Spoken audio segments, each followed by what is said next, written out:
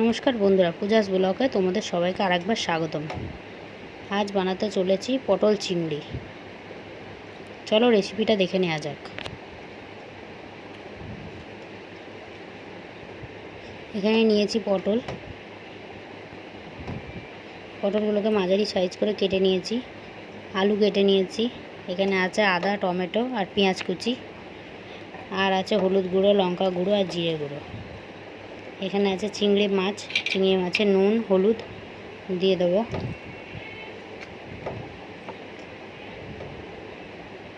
দিয়ে মাখিয়ে রেখে দেবো।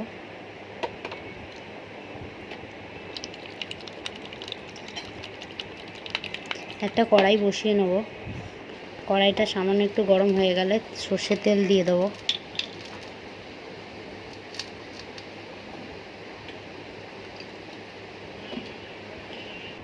তেলটা গরম হয়ে গেলে এক এক করে কুচানো পটলগুলো দিয়ে দেবো।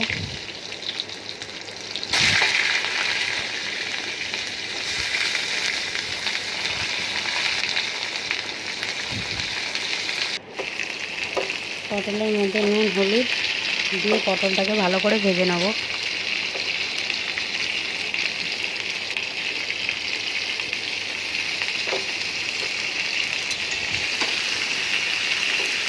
দেখো বন্ধুরা, লাল লাল করে ভাজা হয়ে গেছে। কড়াইতে আবার একটু তেল দিয়ে আলুগুলোকে দিয়ে দেবো।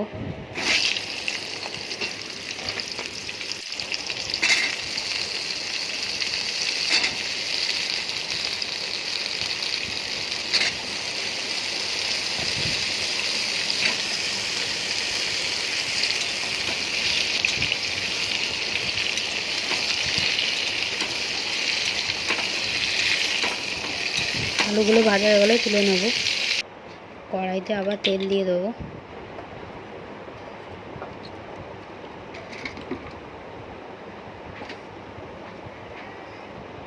তেলটা গরম হয়ে গেলে চিংড়ি মাছগুলোকে ভেজে নেব। কড়া করে ভাজবো না, হালকা করেই ভাজবো, নাহলে রবারের মতো হয়ে যাবে।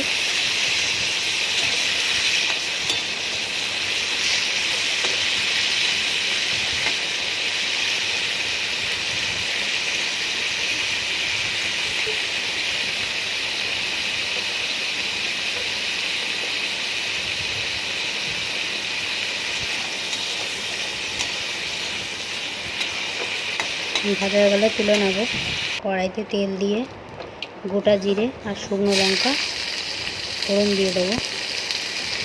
দেওয়ার পরে দিয়ে দেবো পেঁয়াজটাকে ভালো করে ভেজে নেব।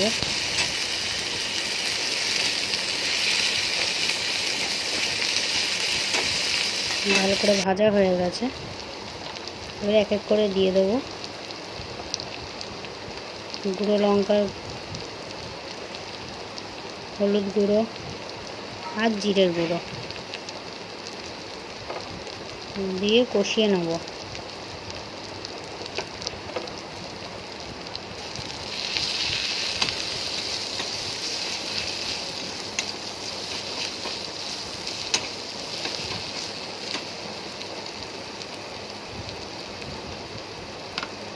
কষানো হয়ে গেলে দিয়ে দেবো বাটা মশলা,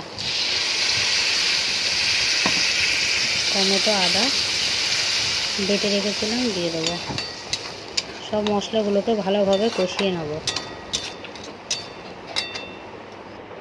দেখো ভালোভাবে কষানো হয়ে গেছে।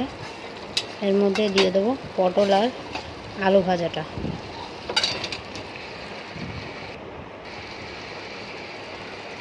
এবার ভালোভাবে নেড়ে চেড়ে কষিয়ে নেব।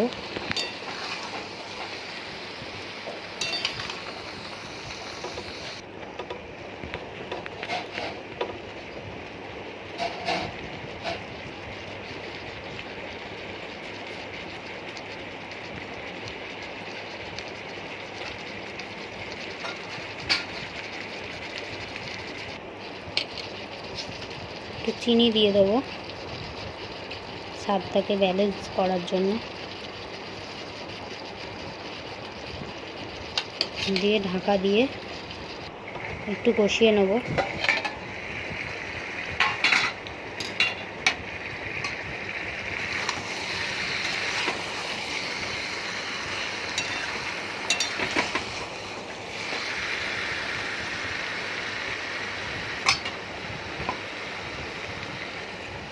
এবার দিয়ে দেবো চিংড়িগুলো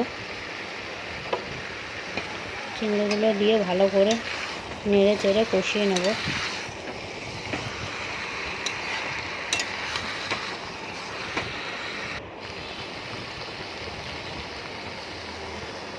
এবার দিয়ে দেবো জল।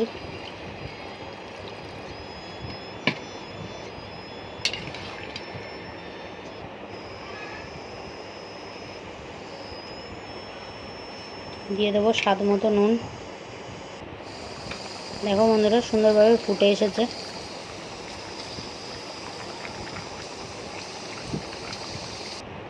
এবার দিয়ে দেবো গরম মশলা। আমাদের পটল চিংড়ি রেডি।